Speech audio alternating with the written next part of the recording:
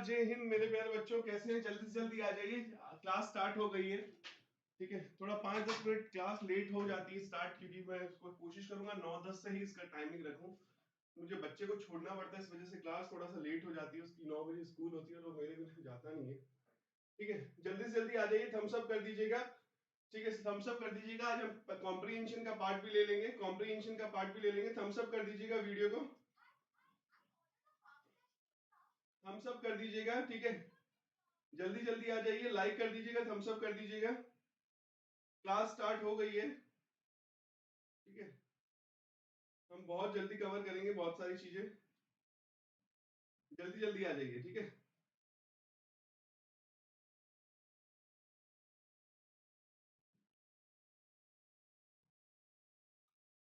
ठीक है। तो सबसे पहले हम कॉम्प्रीहेंशन का पार्ट भी ले लेंगे। आज का कॉम्प्रीहेंशन 2-3 एडिटोरियल आर्टिकल्स थे, तो मेरे को सबसे जो सही लगा, soaring energy pricing could hit growth consumption S and P warns. ठीक है, तो उसके ऊपर हम पहले डिस्कशन कर लेते हैं, उसके बाद में वही वाला सीक्वेंस रहेगा। हम निमोनिक्स लेंगे, उसके बाद में वन वर्ड लेंगे, रूट वर्ड लेंगे, फ्रेजल वर्ब्स लेंगे, बहुत सारी चीजें हम आज की क्लास में कवर करेंगे। ठीक है, तो एक जल्दी जल्दी आ जाइए, थम्स अप कर दीजिएगा। हम क्लास को स्टार्ट कर रहे हैं, जल्दी जल्दी स्टार्ट कर रहे हैं। ठीक है, तो soaring energy pricing could hit growth consumption S and P वॉन। ठीक है, मतलब जिस तरीके से प्राइसेस बढ़ रही है, जो यूक्रेन रशिया का कॉन्फ्लिक्ट चल रहा है, वो ग्रोथ को बहुत बुरी तरह से हिट कर रहा है, कंजम्पशन को बहुत बुरी तरह से हिट कर रहा है। लोग कंजम्पशन कम कर रहे हैं, क्योंकि जिस तरह से प्राइसिंग बढ़ रही है, लोग जो यूज करना चाहते हैं उसको खरीद नहीं रहे, कंजम्पशन कम हो रहा है। और अगर कंजम्पशन कम होगा तो डेफिनेटली ग्रोथ हिट होगी। ये एस एंड पी, ठीक है, एस एंड पी ने वॉर्न किया है। एक तो होता है S&P 500, ठीक है, जो क्या जिसको बोलते हैं स्टैंडर्ड एंड पुअर। ठीक है, एजेंसी होती है जो हाँ बेटा, ठीक है, आवाज क्लियर है? साउंड प्रॉब्लम है यार, साउंड प्रॉब्लम। ठीक है, वो थोड़ा सा आज रात तक हम कोशिश करते हैं, वो स्टूडियो वाले को बुला करके थोड़ा सा क्लियर कर देंगे साउंड। थोड़ा सा मैं तेज बोल दूंगा। ठीक है, तो large net energy importer like India could face terms of trade shock. India जो सबसे बड़ा इंपोर्टर है, बहुत बड़ा इंपोर्टर है एनर्जी को इंपोर्ट करने का, उसको बहुत बड़ा शॉक लग सकता है terms of trade. Terms of trade का बड़ा शॉक लग सकता है। जिस तरह से प्राइसिंग बढ़ रही है, जिस तरह से कमोडिटी एनर्जी की प्राइसिंग बढ़ रही है, सबसे बड़ा झटका इंडिया को लग सकता है। ये कहना चाह रहा है। टर्म्स ऑफ ट्रेड क्या होता है बच्चा? टर्म्स ऑफ ट्रेड क्या होता है? टर्म्स ऑफ ट्रेड क्या होता है? टर्म्स ऑफ ट्रेड का मतलब होता है एक्सपोर्ट और इंपोर्ट के बीच का रिलेशनशिप। अगर एक्सपोर्ट किसी भी कंट्री का एक्सपोर्ट ज्यादा होता है, एक्सपोर्ट की प्राइसिंग ज्यादा होती है, मैं कुछ भी इंडिया से बाहर एक्सपोर्ट करता हूं और वो हाई प्राइसिंग पे करता हूं, और जो इंपोर्ट करता हूं वो कम प्राइसिंग पे करता हूं, तो हमारे लिए वो प्रॉफिटेबल होता है। क्यों प्रॉफिटेबल होता है? क्योंकि हम जो भी एक्सपोर्ट कर रहे हैं उसकी प्राइसिंग हमको ज्यादा मिल रही है, तो कम कंट्री के लिए बड़ा अच्छा होता है। और वही चीज अगर हम कोई दूसरी चीज इंपोर्ट कर रहे हैं और उसको कम प्राइसिंग पे इंपोर्ट कर रहे हैं, तो ये जो एक्सपोर्ट और इंपोर्ट के बीच का समावेश होता है, इसको हम टर्म्स ऑफ ट्रेड से बोलते हैं। अगर अब यहाँ पे क्या कह रहा है कि हम जो इंपोर्ट कर रहे हैं साहब, वो तो बहुत हाई प्राइसिंग पे कर रहे हैं, जैसे एनर्जी। तो हम हाई प्राइसिंग पे एनर्जी इंपोर्ट कर रहे हैं और कम प्राइसिंग पे एक्सपोर्ट कर रहे हैं, तो डेफिनेटली इंडिया के लिए अच्छा नहीं है। इसके ऊपर ये आर्टिकल है। The surge in energy pricing due to the Russia-Ukraine conflict could trigger a terms of trade shock for large net energy importer like India. Russia और यूक्रेन के बीच में जो लड़ाई झगड़े का मुद्दा है, वो प्राइसिंग को बहुत अच्छी तरीके से बढ़ा रहा है, और वो इंडिया जैसी कंट्रीज को बड़ा शॉक दे रहा है, क्योंकि हम इंपोर्ट हाई प्राइसिंग पे कर रहे हैं, resulting A hit on current account balance. ठीक है, करंट अकाउंट बैलेंस, जो इंडिया का करंट अकाउंट बैलेंस होता है, उसके ऊपर ये बहुत बुरा प्रभाव डाल रहा है। And domestic consumption and investment S&P global ratings said on Wednesday. ठीक है, ग्लोबल रेटिंग एजेंसी ने ये बात वेडनेसडे को बोली है कि जिस तरह से प्राइसिंग बढ़ रही है, ये इंडिया के अकाउंट, करंट अकाउंट पे बहुत बुरा प्रभाव डाल रहा है, कंजम्पशन कम करेगा, लोग कंजम्पशन कम करेंगे, और वो इंडिया की ग्रोथ में बड़ा नेगेटिव इंपैक्ट होगा। Higher retail inflation would also strain monetary policy and may dampen economic growth.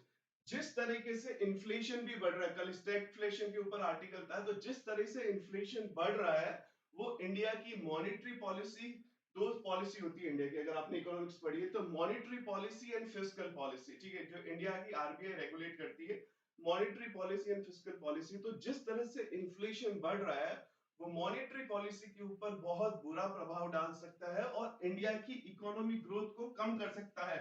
Dampen मतलब होता है कम करना, डैम्पन मतलब होता है कम करना, ठीक है, डैम्पन का मतलब होता है कम करना। For Asia Pacific, the biggest risk of Ukraine conflict is market volatility and higher commodity price. Asia Pacific Nations के लिए सबसे बड़ा रिस्क थ्रेट ये है कि जो यूक्रेन का कॉन्फ्लिक्ट है, जो रशिया यूक्रेन का कॉन्फ्लिक्ट है, इस market volatility and high economic pricing. Market बहुत ही ज्यादा वोलेटाइल हो रखा है, आप देखो इकोनॉमिक प्राइसिंग जिस तरह से अनस्टेबल है, तो वो चीजें बहुत बुरी तरह से प्रभाव डाल रही है। Emerging economics with large energy importers are more at risk. जो नेशन सबसे ज्यादा एनर्जी को इंपोर्ट कर रहे हैं वो सबसे ज्यादा खतरे की कगार पे हैं, क्योंकि उनकी ग्रोथ रुक जाएगी। जब प्राइसिंग बढ़ जाएगा तो इन्फ्लेशन आ जाएगा, आप एक ही चीज के 5 रुपए देकर के आपको खरीदना पड़ेगा, कंजम्पशन कम हो जाएगा, मॉनेटरी पॉलिसी को वो हिट करेगा और इंडिया की इकोनॉमिक ग्रोथ को कम करेगा। It is said nothing that the continent had limited direct exposure to Russia or Ukraine in terms of revenues, investment और supply chain। ठीक है, रशिया यूक्रेन के कॉन्फ्लिक्ट जो था, तो दोनों कंट्रीज के बीच में कॉन्फ्लिक्ट, जो कॉन्फ्लिक्ट है वो direct exposure to revenue, investment and supply chain. Revenue पे डायरेक्ट इफेक्ट डाल रहा है, इन्वेस्टमेंट्स के ऊपर डायरेक्ट इफेक्ट डाल रहा है और सप्लाई चेन के ऊपर डायरेक्ट इफेक्ट डाल रहा है। वाइडनिंग ऑफ द कॉन्फ्लिक्ट, जितना बड़ा ये मुद्दा बनेगा, वाइडनिंग ऑफ द कॉन्फ्लिक्ट मतलब जितना बड़ा ये मुद्दा बनेगा, और further sanction however could seriously damage investor sentiment and push them to seek have an option। ठीक है, push them to seek have an option। जितना ज्यादा कॉन्फ्लिक्ट बढ़ेगा उतना ही इन्वेस्टर्स जो होते हैं, जो इंडिया में पैसा लगाना चाहते हैं, वो पीछे चले जाएंगे। और एक हेवन ऑप्शन बहुत इंपॉर्टेंट, एक तो होता है हेवन जिसको हम बोलते हैं स्वर्ग, एक होता है हेवन, HAVEN। इसका मतलब होता है एक सेफ जगह, एक सेफ जगह। अगर जिस तरह से ये प्राइसिंग बढ़ रही है, ये मार्केट वॉलेटाइल हो रखा है, अगर ये कॉन्फ्लिक्ट और बढ़ गया ना साहब, तो इंडिया के ऊपर बहुत बुरा प्रभाव डालेगा। और यहाँ पे जो इन्वेस्टर्स इंडिया में पैसा लगाना चाहते हैं वो एक हेवन ऑप्शन की तलाश में चले जाएंगे। हेवन मतलब एक सेफ ऑप्शन की तलाश में चले जाएंगे, इंडिया उनको फिर प्रॉमिसिंग नहीं लगेगा, ये वो आर्टिकल कहना चाह रहा है, ठीक है। Resulting in capital outflows from emerging market and hitting assets and current currencies। इसका मतलब होगा इन्वेस्टर्स यहां से पैसा निकाल लेगा, और जब इन्वेस्टर्स यहां से पैसा निकाल लेगा तो पैसा कैपिटल आउटफ्लो मतलब पैसा यहां से, क्रूड ऑफ $130 बैरल, बहुत अच्छा बहुत अच्छा, इन्फ्लेशन 4%, ठीक है 6%। तो जब इन्वेस्टर्स इंडिया में ही भरोसा नहीं दिखाएगा तो यहां से पैसा बाहर चला जाएगा और वो कैपिटल आउटफ्लो हो जाएगा और वो बहुत बुरी तरह से इफेक्ट करेगा। Substantially higher energy price and volatility will likely to strain currencies and assets market of many Asia Pacific countries। जिस तरीके से ये एनर्जी प्राइसिंग बढ़ रही है, सब्सटेंशियली मतलब लार्जली इंपॉर्टेंटली, जिस तरह से एनर्जी प्राइसिंग और वॉलेटिलिटी बढ़ रही है वो स्ट्रेन करेगी, मतलब इसके ऊपर दबाव डालेगी। किस चीज को स्ट्रेन करेगी, किस चीज के ऊपर दबाव डालेगी, करेंसीज एंड असेट मार्केट। जो करेंसी और असेट मार्केट है उसके ऊपर बहुत बड़ा दबाव डालेगी। This pressure will be strongest where higher energy pricing pressure inflation targets such as India। ये प्रेशर सबसे ज्यादा इंडिया पे होगा क्योंकि हम सबसे ज्यादा एनर्जी इंपोर्ट करते हैं। इंडिया, फिलीपींस, कोरिया, थाईलैंड, इनके ऊपर बहुत ज्यादा इफेक्ट होगा। It want adding that this could also lead to a sizeable current account deficit. अगर ये ऐसे ही चलता रहा तो करंट अकाउंट डेफिसिट बहुत बड़ा हो जाएगा, घाटा बहुत बड़ा हो जाएगा। इस सेंस में ये कहना चाह रहा है, जो बहुत ही बड़ी डेंजर साइन है। These risks emerge as the US Federal Reserve। ये रिस्क तब सामने आती है, emerge as the US Federal Reserve leads several major central banks to raise policy interest rate। जब यूएस फेडरल रिजर्व ने ये बहुत सारी बैंक को पॉलिसी इंटरेस्ट रेट को रेज करने के लिए बोला। S&P observe trader would likely react unfavorable to large current account deficit in emerging markets। ठीक है, इमर्जिंग मार्केट से जब लोग यहाँ पे भरोसा ही नहीं दिखाएंगे, पैसा ही नहीं रहेंगे, तो बहुत बुरी तरह से इफेक्ट करेगा। Obvious examples R India and Philippines.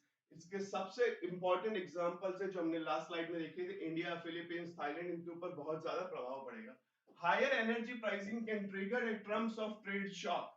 जो स्टार्टिंग का टाइटल था इसका, जितनी ज्यादा एनर्जी प्राइसिंग होगी वो टर्म्स ऑफ ट्रेड को उतना ही इफेक्ट करेगी। Where import prices rise faster than export prices, जो मैंने आपको सबसे पहले बताया। इंपोर्ट करने की प्राइसिंग अगर ज्यादा होगी, अगर आप बहुत ही ज्यादा रुपए दे करके कोई माल खरीद रहे हो और वो एक्सपोर्ट कर रहे हो बहुत ही सस्ते में, तो वो कंट्री के लिए अच्छा नहीं होता। For net energy importer like India, S&P noticed this is added would hit current account balance and real domestic consumption and investment। ये definitely current account के ऊपर बहुत बुरा प्रभाव डालेगा, इन्वेस्टमेंट के ऊपर बहुत बुरा प्रभाव डालेगा, कंजम्पशन के ऊपर बहुत बुरा प्रभाव डालेगा। These the risk to grow and inflation could slow sovereign credit improvement। sovereign का मतलब होता है चीफ, जो सबसे इंपॉर्टेंट होता है sovereign credit improvements, and although S&P experts regional GDP recoveries to continue, the conflict would slow the pace of rebound। ये जो conflict है, ये जो मुद्दा है, ये वापस से जिस rebound का मतलब होता है अपने जगह पे वापस से आ जाना, तो जो growth है उस जो जिस तरह से इंडिया वापस से उस सिचुएशन से उभर करके आएगा, उसका उभरने की रेट वो बहुत कम कर देगा, बहुत टाइम लग जाएगा वापस से इंडिया को उभर करके आने में। Governments should still be able to do meaningful rein in fiscal deficit। Government rein in मतलब होता है लगाम देना, रेन इन का मतलब होता है लगाम देना। Although a full return to pre-COVID fiscal performance will take longer, it concluded। हालांकि इस मुद्दे के बाद में जो कोविड से पहले इंडिया का फिस्कल परफॉर्मेंस था, जिस तरह का इंडिया का बैलेंस था कोविड से पहले, वो चीज को वापस से आने में अब टाइम लग जाएगा। पहले कोविड ने हिट किया, अब ये कंफ्लिक्ट हिट कर रहा है, ये आर्टिकल ये कहना चाहता है। ठीक है, अब फटाफट हम आज के कल के लास्ट क्लास के निमोनिक्स रिवाइज कर लेते। Russia gives a damn to all the sanctions, बहुत अच्छा, हेलो, ठीक है, क्रूड ऑफ। अब हम फटाफट आज का कल की क्लास का निमोनिक्स देख लेते हैं, उसके बाद में हम आज की क्लास का निमोनिक्स ले लेंगे। रिक्विम हमने इसको कैसे याद किया था कि रकम से याद किया था कि किसी भी इंसान की रकम खोने पे वो शौक गीत गाने लग जाता है, हाय रब्बा मैं तो लुट गया, मैं बर्बाद हो गया, मैं मर गया। तो रकम से आप इसको याद करेंगे। और इसका सबसे इंपॉर्टेंट सिनोनिम्स जो हमने कल डिस्कस किया था, डर्ज, ठीक है, बहुत इंपॉर्टेंट सिनोनिम्स है, रिक्विम एंड डर्ज बहुत बहुत इंपॉर्टेंट है, इसको भूलना मत। रकम से आप इसको याद कर सकते हैं। नेक्स्ट हमने लिया था पेमेंट, और पेमेंट को हमने क्या बोला था कि ईंट और पत्थर की बनी हुई पटरी या रास्ता को हम क्या बोलते हैं, पेमेंट बोलते हैं, जिसको पेडेस्ट्रियन वे बोलते हैं, पेव्ड पाथ बोलते हैं, साइड वॉक बोलते हैं, वॉकअवे बोलते हैं, फुटपाथ बोलते हैं। और पेमेंट को हमने पेमेंट को कैसे याद किया था, पेमेंट पेमेंट लेने के वक्त, तो जब अब मैं तुझसे पेमेंट मांग रहा हूं तो तू बोलता है कि रोड ड्यूटी में आऊंगा कैसे, मेरे पास गाड़ी नहीं है। लेकिन जब पेमेंट मुझसे लेना था तुझे, तो तू हर वो रास्ते से ईंट और पत्थर के पटरी से भी आ गया था। तो अब जब पेमेंट मैं तुझसे मांग रहा हूं तो तू बोलता प्रॉब्लम है। ठीक है, स्मदर, कल हमने स्मदर को याद किया था, गला घोटना। इसके जो सारे सिनोनिम्स हैं, stifle, asphyxiate, choke, strangle and throttle, very very important, very very important. Sir आज भी साउंड कम आ रहा है बच्चा, इसको साउंड की इशू को हमको सॉल्व करवाना है। ठाकुर सर भी अभी बोल रहे थे कि उसकी क्लास में भी प्रॉब्लम हो रही थी, कल रात को मैंने जो क्लास ली थी उसमें भी प्रॉब्लम हुई थी। तो डेफिनेटली साउंड की प्रॉब्लम को हम जल्दी से जल्दी शॉर्ट आउट करेंगे। थम्स अप करते रहिएगा बच्चा, लाइक करते रहिएगा, ठीक है, लाइक करते रहिएगा, लाइक नहीं कर रहे हैं आप। तो इसको हमने ऐसे याद किया था, और उसके बाद में हमने इसके सिनोनिम्स देखे थे कि गला घोट करके किसी को मार दिया। उसके ऊपर हमने बहुत सारे फिगरेटिव वे में भी इसके स्टेटमेंट देखे थे, और इसको हमने याद किया था स्कीमा से। मतलब को हमने कैसे याद किया था, स्कीमा से। फिर हमने प्लेबिसाइट को देखा था, और इसके सबसे इंपॉर्टेंट सिनोनिम्स हमने रेफरेंडम देखा था, बहुत इंपॉर्टेंट है, जनमत संग्रह के रूप में याद किया था, पब्लिक का निमोनिक्स बना करके हमने कल इसको देखा था। स्वैन सॉन्ग मतलब अपने करियर का आखिरी प्रदर्शन रचना को स्वैन सॉन्ग से याद किया था। ठीक है, उसके बाद में इसके ऊपर एग्जांपल्स लेते हैं। तो अब हम आज की क्लास में आज के निमोनिक्स ले लेते हैं, स्टार्ट करते हैं। सबसे पहला निमोनिक्स आज की क्लास का है, सबसे पहला निमोनिक्स आज की क्लास का क्या है बच्चों? गिबरिश। ठीक है, गिबरिश बहुत इंपॉर्टेंट वर्ड है। गिबरिश मतलब होता है अस्पष्ट उच्चारण, बड़बड़ करते रहना। बड़बड़ करता रहता है कोई इंसान, तो उसको हम क्या बोलेंगे? गिबरिश। उसको हम क्या बोलेंगे? गिबरिश। बड़बड़ कर तो बड़बड़ रैंक कर, ठीक है, उसको हम क्या बोलेंगे? गिबरिश। अनइंटेलिजिबल और मीनिंगलेस स्पीच और राइटिंग नॉनसेंस, इसको हम क्या बोलते हैं? नॉनसेंस।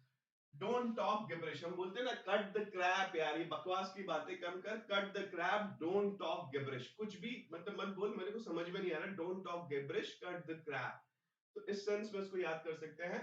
ठीक है, synonyms nonsense, rubbish, hogwash, bosh and balderdash, बहुत इंपॉर्टेंट सिनोनिम्स है। ठीक है, बहुत इंपॉर्टेंट सिनोनिम्स है। अब हम देख लेते हैं इसके इम्प्ली यूजेस कैसे होते हैं, फिर उसके बाद में इसका की से देख लेंगे। You were talking gibberish in your sleep, तू नींद में बड़बड़ करता रहता। अपन काफी बच्चे काफी होते ना लोग, नींद में बस बड़बड़ करते रहते, अरे नहीं नहीं नहीं मैं तो तेरे को पैसे नहीं दूंगा, मैं इस तरह से जो बात करते हैं, आपको क्लियरली मीनिंग नहीं पता चल पाता कि वो क्या बात कर रहे हैं, क्या बड़बड़ कर रहे हैं। तो हम अक्सर ये बोलते हैं you were talking gibberish in your sleep, तू नींद वक्त के वक्त कुछ बड़बड़ कर रहा था, मुझे पता नहीं चला कि तू क्या बोलने की कोशिश करता है। तो हम अक्सर ऐसे लोगों के साथ में सोना भी नहीं पसंद करते हैं, जो स्नोरिंग बहुत ज्यादा करते हैं, खराटे बहुत ज्यादा लेते हैं और बड़बड़ बहुत करते रहते हैं नींद में, क्योंकि काफी कमजोर दिल वालों को तो धचका पहुंच जाता है कि साहब इसमें कोई आत्मा प्रेत आत्मा तो नहीं आ गई है। ठीक है, ठीक है, तो उस सेंस में हम ये इस वर्ड को बहुत अच्छे से यूज करते हैं। I was so nervous I just started talking gibberish, मैं नर्वस था, मैं कुछ भी बड़बड़ करने लग गया, मेरा कॉन्फिडेंस मेरे साथ में नहीं था, तो मैं कुछ भी बड़बड़ करने लग गया, अगले वाले को समझ में आया नहीं है। हम नर्वस होते, अरे यार ऐसे हो गया, अरे यार वो हो गया, मैं क्या बताऊं यार, मैं इस तरह से जो बातें होती है, जब हम नर्वस होते हैं तो हम क्लियरली सोमनीलक्वेंट, सोमनीलॉकिस्ट, सोमनीलॉकिस्ट तो स्लीप से रिलेटेड होता है, हाँ आप उससे कह सकते हो। ठीक है, सोमनीलॉकिंट मतलब नींद में बोलने वाला, लेकिन लॉकी का मतलब होता है स्पीक। सोमना का वर्ड जो होता है वो क्या दिखाता है? नींद का। Absolutely correct. ठीक है, और सोमनीबुलेंट क्या होता है? एम्ब्यूल। सोमनीबुलेंट होता है जो नींद में चलता है। ठीक है, he spoke in tear-filled gibberish and she did not understand and she moved away to the door. वह जब भी मतलब आंखों में उसके आंसू थे, और जब आंसू थे, कोई इंसान रोते रोते कुछ भी बोलते रहे, अरे मार दिया, मैं क्या करूं, मैं क्या करूं। तो इस सेंस का जो भी मीनिंग होता है, मैं प्रैक्टिकल एग्जांपल से भी आपको समझाने की कोशिश कर रहा हूं। तो उसको भी बोलते हैं क्या, वो मतलब रोते रोते कुछ बड़बड़ कर रहा था, कुछ कहने की कोशिश कर रहा था, मैं समझे नहीं, मैं वो समझी नहीं और वो दरवाजे की तरफ चली गई। Most of his writing were gibberish to me, उसने जो कुछ भी आज तक लिखा है is completely Greek to me. इसको एक और वे में याद कर सकते हैं, Greek to someone. Greek to someone का मतलब भी होता है कि कोई भी ऐसी चीज जो आप अंडरस्टैंड नहीं कर सकते, आपकी समझ से परे है, तो उसको भी आप ऐसे भी याद कर सकते हैं। ठीक है, अब गिबरिश को हम कैसे याद करेंगे? गिबरिश को जीभ से बारिश, इसको कैसे याद करेंगे? जीभ, बारिश मतलब बारिश। कोई इंसान जब बड़बड़ बोलता है तो वो जीभ से बारिश ही करता है, बोलने के काम में टंग बहुत बड़ी यूज आती है। एक बार फिर से sir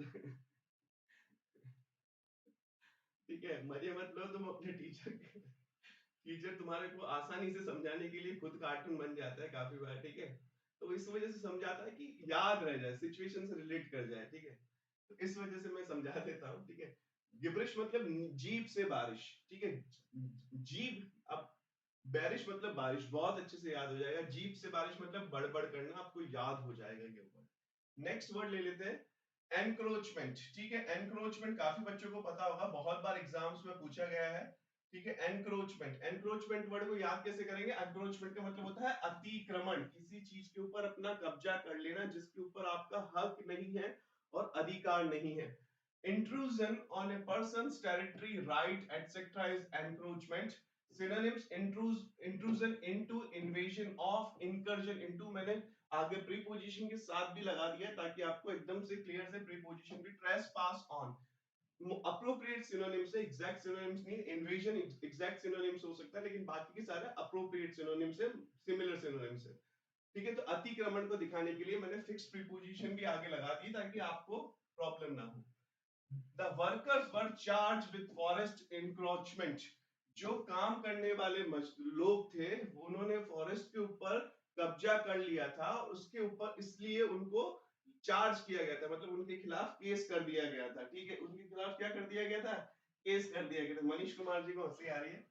it is a sign of encroachment of commercialism in medicine. देखिए फिगरेटिव वे में यूज किया गया है, एंक्रोचमेंट ऑफ कॉमर्शियलिज्म, मतलब दवाई की दुनिया में भी आजकल लोग कॉमर्शियलिज्म लेके आ गए हैं। कॉमर्शियलिज्म मतलब बहुत सारी चीजों से आप इसको रिलेट कर सकते हैं कि जिस तरह से दवाइयों की प्राइस बढ़ी है, अपना मोनोपोली करने लग गए, कॉमर्शियलिज्म आ गया, तो वो आजकल मेडिसिन में भी कब्जा अधिक्रमण करने लग गया है।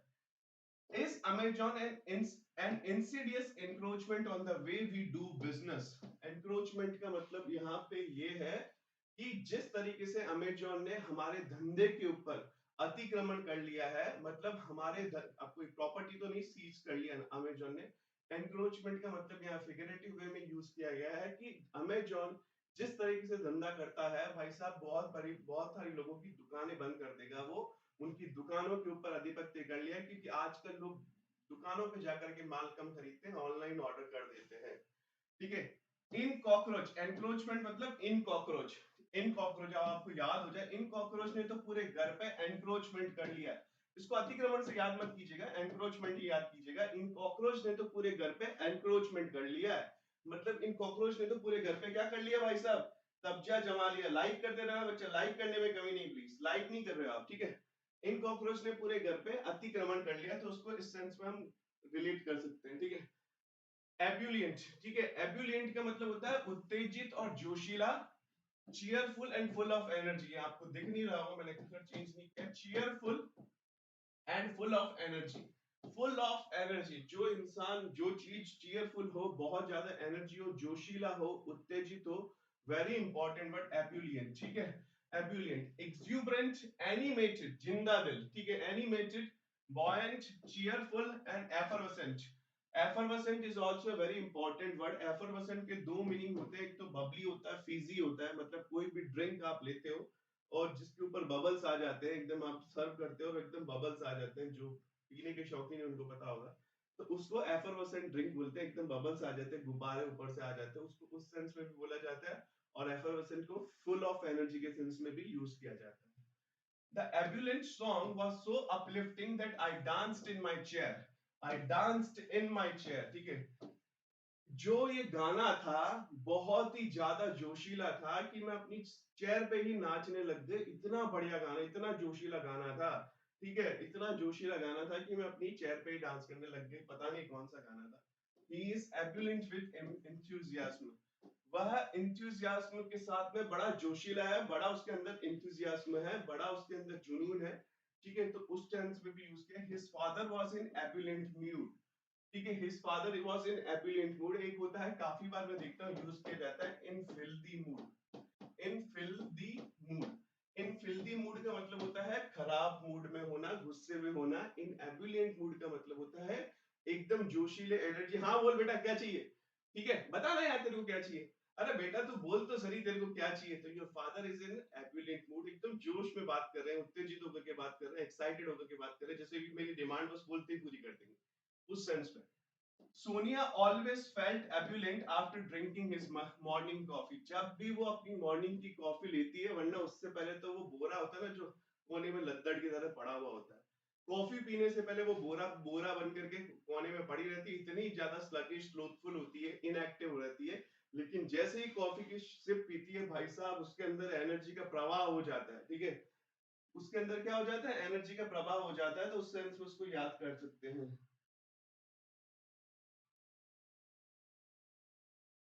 ठीक है, उस सेंस में उसको वो हो जाता है,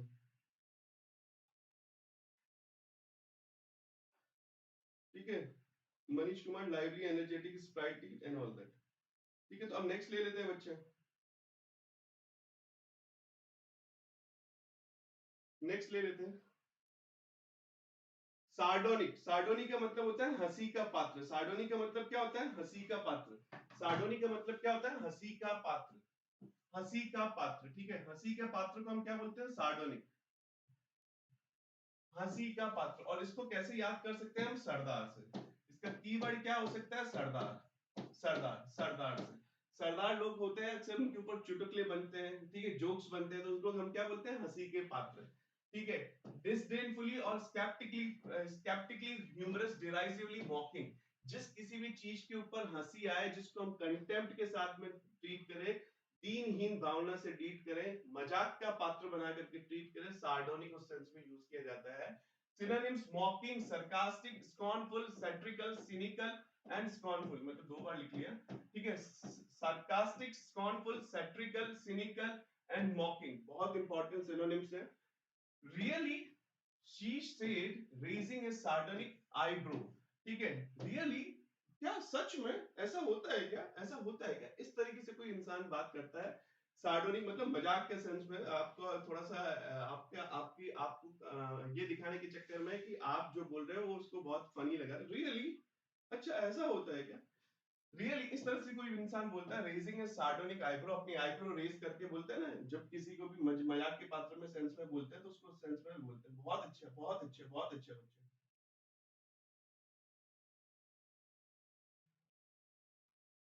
ठीक है। अरे छोड़ो, एक कुछ डिस्टर्बिंग एलिमेंट क्लास में होते हैं जिनको कोई भेजते हैं, वो डेफिनेटली इनको भेजा जाता है कि जो बच्चे यहाँ पे पढ़ रहे हैं, ठीक है, वो ना पढ़े भाई, ठीक है। तो ऐसी चीजों को इग्नोर ही कर दिया करो आप। ये लोग क्या होते हैं ना, इनको भेजा जाता है, इनको भेजा जाता है कि जाओ भाई, जो अच्छे पढ़ करके बच्चे सेलेक्ट हो रहे हैं, अगर इस तरह से पढ़ लिए तो सेलेक्ट हो जाएंगे ना बच्चे भाई। एक ही क्लास में सब कुछ मिला जाता है, तो इस तरह से पढ़ेंगे सेलेक्ट हो जाएंगे। या तो हम नहीं चाहते इनका सिलेक्शन हो, या फिर हम नहीं चाहते कि इस तरह से कोई पढ़ाए क्योंकि हम नहीं पढ़ा पा रहे। तो ये जो डिस्टर्बिंग एलिमेंट होते हैं ना, और मैं एक चीज आपको बता देता हूँ, जो इंसान अपनी लाइफ में किसी एल्डर का रिस्पेक्ट नहीं करता है, टीचर का रिस्पेक्ट नहीं करता है, लिख करके ले लो उसकी लाइफ, मतलब मैं नहीं, कोई भी इंसान, मैंने तो अक्सर देखा है कि बहुत बड़े अच्छे बुरा टीचर नहीं होता। बहुत लोग अपने टीचर्स के ऊपर बहुत सारी बातें बोलते हैं, इन सारे लोगों का भविष्य अंधकार में है। जिन लोगों को तो भगवान भी माफ नहीं करता, तो इस सारी चीजों को क्या करो, इग्नोर करो, ठीक है।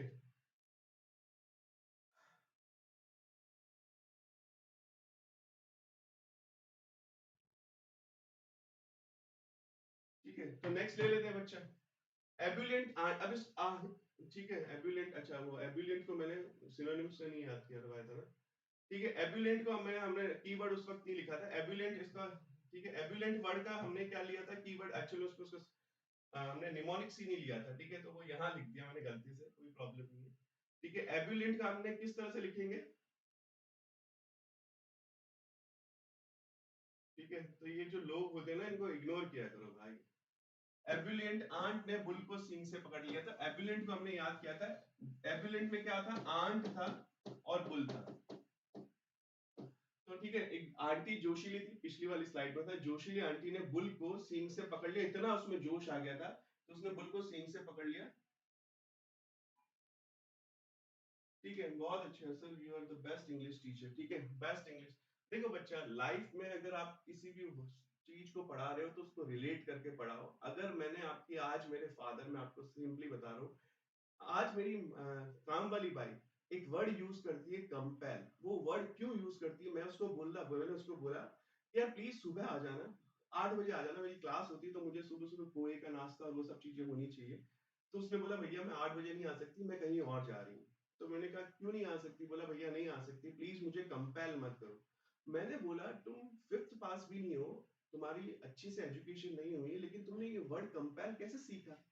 तो उसने बोला सर ये इम्प्लीकेशंस, कंपेल का मतलब मजबूर करना होता है। जब मैंने ये सुना, मैंने लोगों को बोला कि प्लीज मेरी तनख्वाह बढ़ा दो, तो लोगों ने भी मुझे एक वर्ड चिपका दिया, अरे बढ़ा देंगे, कंपेल मत कर मुझे।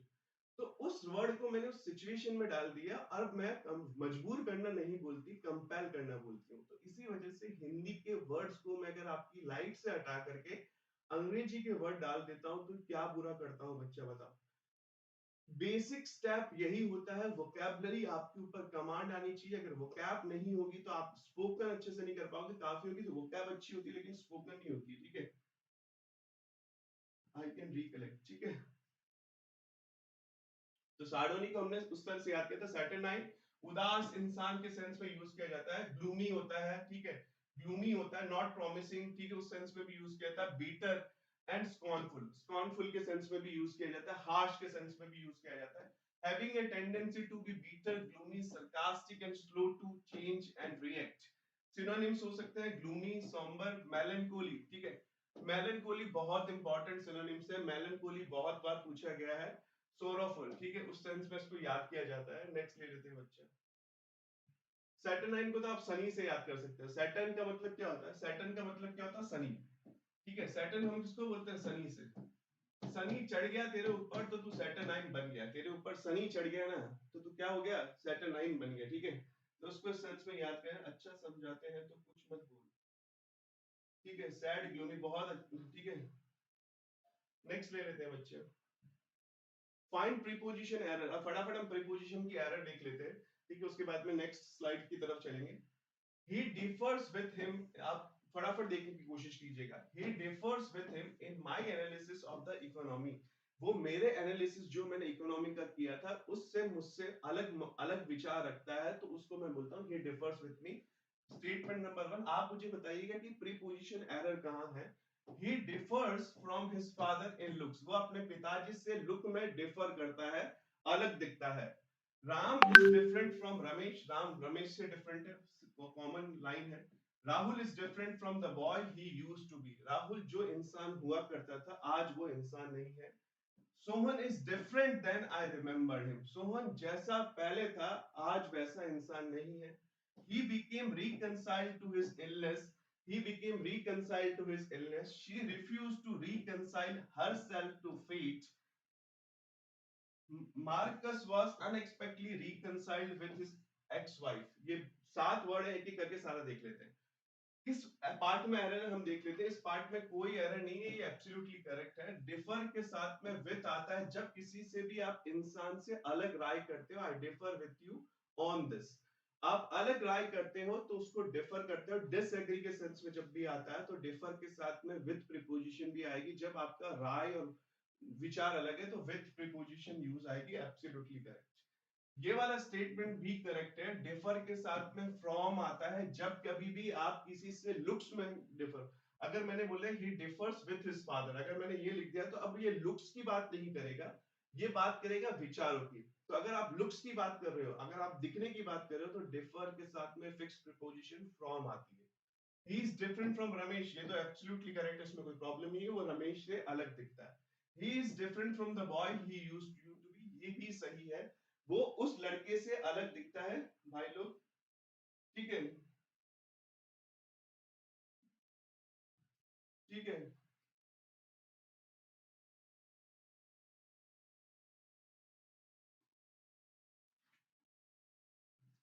ठीक है. he became reconciled to his illness. वो reconciled to his illness. Rohan is different than I remembered. अब ये वाला स्टेटमेंट देख लेते हैं. Rohan is different than I remembered him. देखिए, जब कभी भी डिफरेंट के साथ में 99% तो यही प्रीपोजिशंस को यूज किया जाता है. 1% बहुत ही रेयर चांस में इस देन को यूज किया जाता है. ये देन क्यों यूज किया जाता है? यहाँ पे ये देन कंजंक्शन की तरह यूज किया गया है. कंजंक्शन की तरह मतलब जब कभी भी आगे इसके बाद में एक सब्जेक्ट और वर्ब आ जाता है तो वहां पे फ्रॉम नहीं यूज किया जाता है, वहां पे देन यूज किया जाता है. यहाँ पे देख लेते हैं. इस फ्रॉम की बात में तो सिर्फ एक सब्जेक्ट एक ऑब्जेक्ट बनकर के आया है, एक सिंगल नाउन आया है. इसके बाद में भी एक नाउन आया है और अलग से सब्जेक्ट और उसका अलग से मॉडल आया है. लेकिन यहाँ पे इसके बाद में एक सब्जेक्ट आया और इसी सब्जेक्ट की वर्ब आई है तो वहां पे मैं देन लगाऊंगा. मतलब इसका मीनिंग भी वही होता है कि जैसा मुझे वो याद था लेकिन आज वो वैसा इंसान नहीं है, बदल गया है. ठीक है, ये क्लॉज आगे इसके बाद में क्लॉज आ जाए. क्लॉज क्या हो जाता है? Subject verb and object. Subject verb अगर किसी भी सेंटेंस के बारे में सब्जेक्ट और वर्ब के स्टेटमेंट को हम क्लॉज से बोला जाता है. तो आगे देन के बाद में सब्जेक्ट वर्ब आ जाए तो उसको हम क्या बोलेंगे? आगे हम पढ़ा रहे हैं तो क्या बोलेंगे? ठीक है, हाँ मैं नहीं फोकस करता यार. ये लोग किसी के सगे नहीं होते. ये चाहते हैं कि आप लोग अपनी पढ़ाई से विचलित हो जाएं. ठीक है, इनको पता नहीं है कि टीचर कितनी मेहनत करके आप लोगों के लिए कहां कहां से चीजें डिजाइन करके लाता है. he became reconciled to his illness. ठीक है, he became reconciled to his illness. reconciled to his illness. देखिए, reconcile जो वर्ड होता है उसका मीनिंग दो सेंस में लिया जाता है. जब कभी भी reconcile के साथ में टू प्रीपोजिशन लग जाए, टू प्रीपोजिशन लग जाए और रिकंसाइल के साथ में दो प्रीपोजिशन लगती है, या तो विथ लग सकता है या टू लग सकता है, बहुत बार एग्जाम्स में पूछा गया है। जब कभी भी रिकंसाइल के साथ में विथ लग जाता है तो इसका मतलब होता है सुलह कर लेना, किसी से भी आपकी दुश्मनी है उसको सॉल्व कर लेना, settle your difference and reconcile with your wife. हम अक्सर ये बोलते हैं डोंट टेक डिवोर्स, यार ये बहुत लास्ट ऑप्शन होना चाहिए, सेटल योर डिफरेंसेस, तेरे जो भी तेरी वाइफ के साथ में मतभेद है उसको सेटल कर and reconcile with your wife, मतलब वापस से अपने मतभेद दूर करके बरी द हैचेट, हम अक्सर ये बोलते हैं बरी द हैचेट, ठीक है। तो बरी द हैचेट मतलब अपने लड़ाई सारे चीजों को दफन कर, और लेट बाइगॉन्स बी बाइगॉन्स, हम एक और इडियम यूज करते हैं, लेट बाइगॉन्स बी बाइगॉन्स, मतलब जो बीत गया वो सारा भूल करके रिकंसाइल विथ योर वाइफ, अपनी जिंदगी जी, reconcile with your boss, reconcile with your friend. तो इसका मतलब होता है किसी से सुलह कर लेना, अब दुश्मनी नहीं पालना, तो उसके साथ में विथ प्रीपोजिशन आएगा। लेकिन जब कभी भी रिकंसाइल के साथ में टू प्रीपोजिशन आएगा ना, तो इसका सेंस ही अलग हो जाएगा। ये बहुत इंपॉर्टेंट है, टू प्रीपोजिशन लग गई तो इसका मतलब क्या आएगा, ठीक है, इसका मतलब क्या आएगा, इसका मतलब क्या आएगा, रिकंसाइल के साथ में टू लग गया तो इसका मतलब ये आता है कि टू लग गया अगर रिकंसाइल के साथ में, तो इसका मतलब होता है कि किसी भी चीज के ऊपर अपने आप का कंट्रोल खो देना कि मैं कुछ नहीं कर सकता, विक्टिम की तरह ट्रीट करने लग जाना कि मैं हार मानता हूं इस चीज से, ये चीज बड़ी डिफिकल्ट है, मैं इसको एक्सेप्ट करता हूं। जब कभी भी आप कोई डिफिकल्ट सिचुएशन को एक्सेप्ट कर लेते हो कि यार ठीक है, उससे लड़ाई नहीं करते हो, उसका सामना नहीं करते हो, तो आप रिकंसाइल कर लेते हो सिचुएशन के, जैसे कि इसने बोला she refused to reconcile herself to fate, उसकी तकदीर में जो लिखा हुआ था कि उसके साथ में प्रॉब्लम होने वाली है, सब लोगों ने बोला तेरी लाइफ में प्रॉब्लम ही है, तू क्यों मेहनत कर रहा है, लेकिन उसने बोला कि नहीं, मैं इस प्रॉब्लम से अपनी तकदीर से हारूंगी नहीं, बार बार कोशिश करूंगी। तो यहाँ पे इस सेंस में यूज किया reconcile herself to fate, she refused to reconcile herself to fate, मतलब उसने अपनी तकदीर से हारना स्वीकार नहीं किया था कि मैं हारूंगी नहीं, मैं इस डिफिकल्ट सिचुएशन को एक्सेप्ट नहीं करूंगी, तो वहां रिकंसाइल इस सेंस में आया। He became reconciled to his illness, मतलब जैसा वो बीमार हो गया तो वो अपनी बीमारी के सामने घुटने टेक रहा था कि यार मैं बीमार हो गया यार, मैं कैसे बाहर निकलूंगा यार, मतलब बहुत बीमार हालत में हूँ यार, भगवान मेरा भला करे यार। तो ये जो इंसान के अंदर एटीट्यूड आता है, तो he has reconciled himself to his illness, मतलब वो बीमारी के सामने हार मान रहा है, वो ये नहीं बोलता अरे यार एकदम ठीक हो जाऊंगा यार, कोई प्रॉब्लम नहीं, छोटी मोटी बीमारी। तो ऐसा इंसान बोलने वाला कभी भी रिकंसाइल नहीं करेगा बीमारी से, ठीक है। ठीक है, ऐसे इंसान बोलने वाला कभी भी रिकंसाइल नहीं करेगा बीमारी से, ठीक है। ठीक है, नेक्स्ट ले लेते हैं बच्चे, नेक्स्ट ले लेते हैं, ठीक है। नेक्स्ट ले लेते हैं, प्रीवियस ईयर्स के इडियम्स एंड फ्रेजेस ले लेते हैं, ये हमारा बैच लॉन्च हुआ है, हम अधिकतर इसके बारे में डिस्कस करते रहते हैं, 10 मिनट ही बचे, मेरे को निकलना है, ठीक है। फटाफट ले लेते हैं, to carry the coal to Newcastle, जब कभी भी ये ईडियम आ जाए, to carry the coal to Newcastle का मतलब होता है कि अपने एफर्ट वेस्ट करना, to do unnecessary thing, option 3, मतलब बेमतलब का काम करना जिससे रिजल्ट नहीं मिलेगा, ठीक है। कोल टू द न्यू कैसल मतलब आप कोल को नए ईंट की नए कैसल मतलब क्या होता है, किला, ठीक है। फोर्ट, फोर्ट कैसल ये सब चीजें किले दिखाने का काम करता है, फोर्ट वगैरह। तो to carry the castle to new, to carry coal to the Newcastle का मतलब ये होता है कि बेमतलब का काम करना, to flog a dead horse जो हमने पढ़ा था, अपने एफर्ट वेस्ट करना कोई मतलब नहीं है। ए बेकर्स डजन, ठीक है, डजन को हम बोलते हैं 12, डजन क्या होता है 12, और बेकर्स डजन आ जाए तो उसका मतलब होता है 13, 13, option C is a very correct answer, बहुत इंपॉर्टेंट है बच्चा, बहुत important. A bull in a china shop, अपने आप में ही दिख रहा है कि कोई भी ऐसा इंसान ऐसी जगह पे है जहां पे उसका होना नहीं चाहिए, रिलेवेंट नहीं है। A person who becomes too, a person who is rough, clumsy, and skills and required care, a person who is very ugly, loves beauty, a person who takes sadistic delight in harming innocent people, a person who is very ugly but loves the beautiful things of life, नहीं हो सकता। A person who takes a sadistic delight in harming innocent people, मतलब ऐसा इंसान जो किसी को चोट पहुंचा करके बहुत खुशी लेता है, वो तो नहीं हो सकता है। Person who becomes too excited when no excitement is, मतलब कोई ऐसा इंसान जो एक्साइटेड हो जाता है जबकि एक्साइटमेंट की जरूरत नहीं है। A person who is rough, clumsy and where skills and cares are required. Option D is the correct answer, कि ऐसा इंसान, बेसिकली इसका मीनिंग यही होता है कि ऐसा इंसान जो किसी चीज में रिलेवेंट नहीं है, मतलब उस चीज का उसको नॉलेज नहीं है, तो उस सेंस में उसको याद किया जाता है, ठीक है। ऑप्शन एक्साइटेड नहीं होगा बच्चा, ठीक है।